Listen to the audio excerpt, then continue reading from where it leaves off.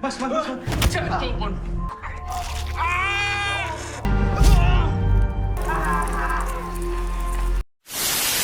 Telur Darah episode 8. Film diawali Wisnu yang segera dibawa ke rumah sakit oleh Esa dan Mulan setelah melakukan pertarungan melawan Harun. Dengan keadaannya yang lemah, Wisnu masih bersikeras mencari Harun. Mulan meminta maaf karena selama ini tidak mempercayai Wisnu, dan Mulan berjanji akan segera menyelesaikan masalah ini. Kita harus cari Harun, Kak. Tunggu dulu.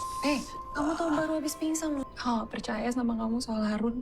Skin berpindah ke Harun yang pergi ke sebuah warung membeli Manson untuk dijadikan obat sembari seteguk dua teguk dia minum sendiri. Sementara Wulan dan Esa mendatangi kontrakan Harun. Di sana Esa dan Wulan menemukan aneka macam alat persantetan.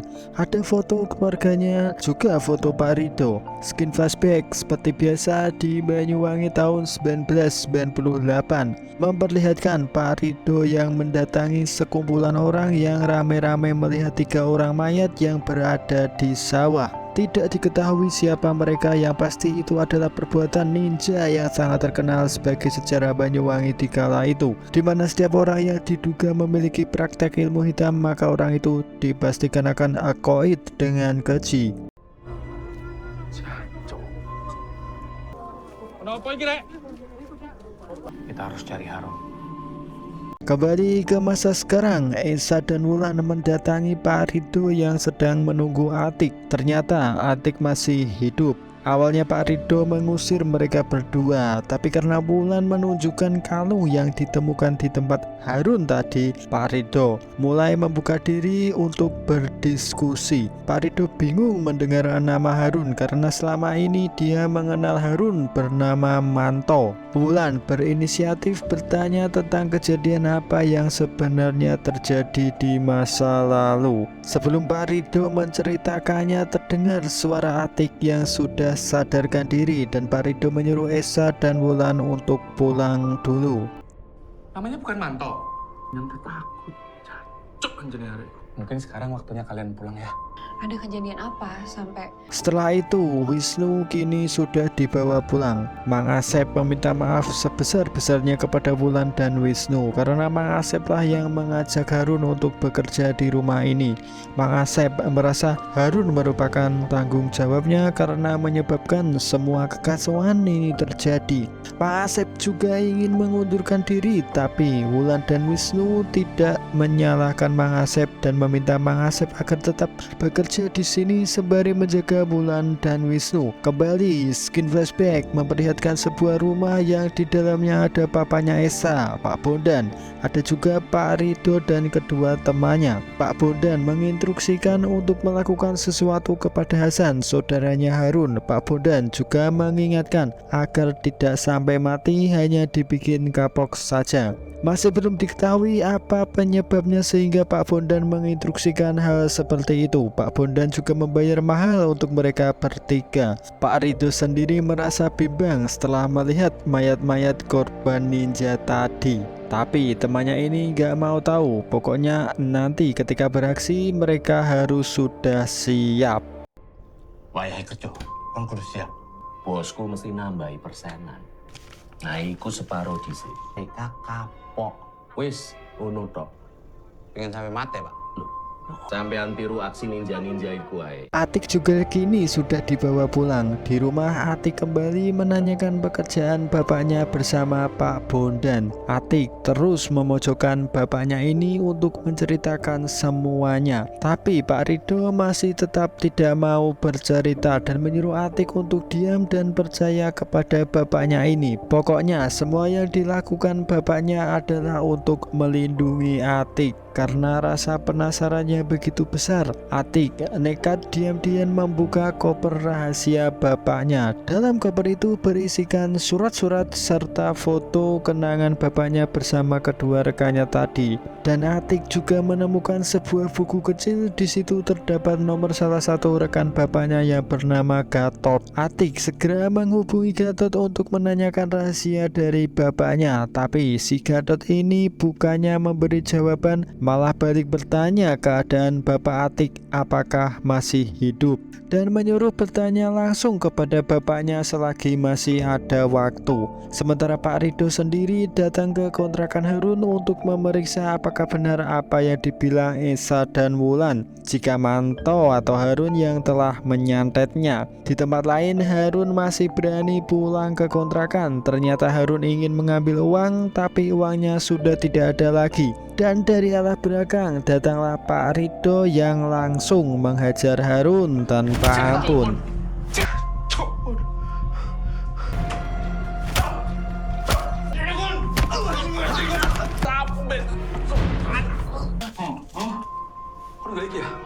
Setelah itu Pak Ridho pulang ke rumah mengambil sesuatu. Sebelum ia balik lagi ke tempat Harun, Atik datang dan melihat tangan bapaknya yang terluka. Atik pun mengkhawatirkan kondisi bapaknya ini dan ingin mengobatinya. Melihat kopernya yang terbuka, Pak Ridho langsung memarahi Atik karena lancang membuka kopernya tanpa izin. Atik beralasan jika dia hanya mengkhawatirkan kondisi bapaknya. Dan juga Atik mengatakan kalau tadi dia menghubungi Pak Gatot. Mendengar hal itu, Pak Ridho semakin marah besar kepada Atik.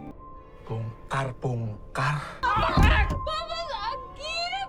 Ngapain? Telepon Gatot. Yang keluar dari mulut Bapak ada hewan. Tapi Bapak yang sekarang itu bukan Bapak yang Atik kenal. Pada akhirnya Pak Ridho menceritakan sedikit tentang hubungannya bersama Pak Bondan dan Pak Ahmad. Jika selama ini dia tidak pernah bekerja bersama Pak Bondan ataupun Pak Ahmad. Uang yang ia dapatkan dari Pak Bondan itu adalah uang pemerasan. Hanya sebatas itu apa yang diceritakan Pak Ridho kepada Atik. Dari hasil malak mereka, saya sama Pak Bondan, mereka berdua pantas untuk menerima ini. Pak Ridho pun kembali menemui Harun yang sudah tak berdaya dan memaksa Harun agar mengaku siapa yang menyuruh Harun untuk menyantetnya. Meski terus dipukuli, Harun masih tetap saja bungkam. Di tempat lain, Esa, Wisnu, dan Wulan melihat kembali video rekaman masa lalu. Esa yakin jika Pak Ridho adalah kunci untuk mengetahui kejadian di masa lalu. Tapi masalahnya Pak Ridho ini tidak mau bercerita apapun. Wulan menyarankan agar kembali menghubungi Atik. Orang yang lu tolong, namanya Ridho.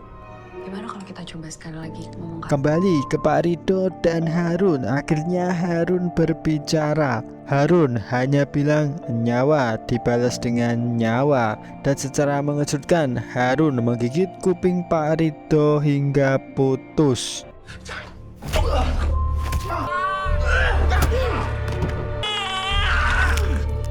Atik yang sedang ngobrol dengan Esa dikejutkan oleh Harun yang sempoyongan menghampirinya. Atik ini dengan bodohnya justru melepaskan Manto atau Harun ini. Dan Manto bercerita ngibul kepada Atik kalau bapaknya ingin meminjam uang kepadanya. Karena tidak diberi pinjaman oleh Manto, bapaknya marah dan langsung memukulinya. Di tengah kebohongan Harun, Pak Ridho datang dan langsung ngamuk-ngamuk lagi menghajar Harun.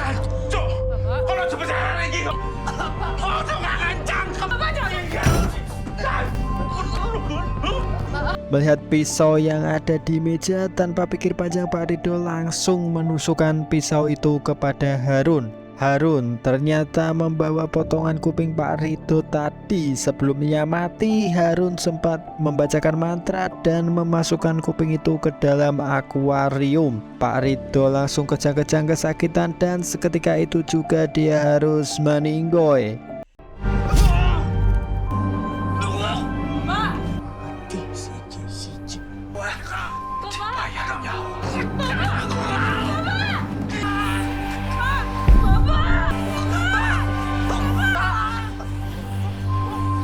Keesokan harinya Esa datang ke rumah Pak Ridho, tapi mereka dikagetkan oleh banyaknya orang dan juga anggota kepolisian. Mereka hanya bisa melihat kesedihan Atik dari luar rumah karena Pak Ridho, salah satu kunci untuk mengungkap misteri ini, sudah meninggoy. Maka kemungkinan harapan satu-satunya adalah Pak Harna yang pada akhirnya sekarang beliau sudah sadar. Pak Harna langsung ingin pergi dari rumah sakit untuk segera memberitahu informasi penting karena ini menyangkut banyak nyawa.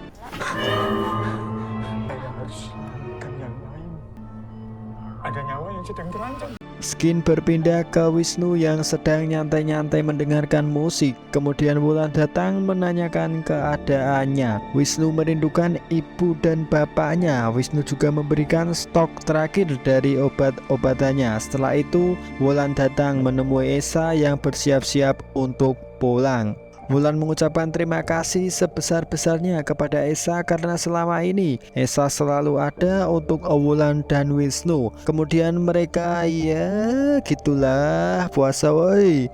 Di malam hari Wulan melihat Esa tiba-tiba berjalan keluar kamar secara misterius. Wulan mengikuti Esa tapi tiba-tiba Wulan sudah berada di suatu tempat yang entah itu ada di mana. Kemudian dari arah belakang tiba-tiba ada sosok wanita misterius yang langsung menyerang Wulan dan ternyata itu hanyalah mimpi. Belum hilang rasa kaget dan ketakutan Wulan, di momen itu juga Wisnu teriak-teriak kesakitan di kamarnya. Ini mengingatkan seperti apa yang dialami bapaknya Pak Ahmad dan ditutup dengan sosok wanita yang melakukan hal itu kepada Wisnu mengakhiri episode 8. Yang pasti sosok misterius pelaku teluh ini adalah seorang wanita yang berlogat Jawa. Mungkin saja itu adalah istrinya Hasan. Atau mungkin kalian punya prediksi sendiri, bisa langsung ditulis di kolom komentar ya.